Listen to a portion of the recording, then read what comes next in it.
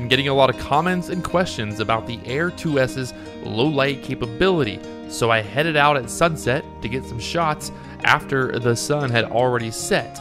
Normally we film the sunset, but for this video we filmed after the sunset to show you guys the capability of the Air 2S in low light conditions. Overall, really impressed with the colors and the dynamic range of the Air 2S's 5.4K 30 frames per second video that you're seeing here in the video.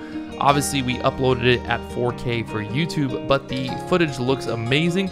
There's a slight grain when it gets really dark, but I don't hate it. I actually enjoyed a little bit of the grain. It makes it look more cinematic, at least in my eyes. So let me know down in the comments below what you guys think of the Air 2S in these low light conditions.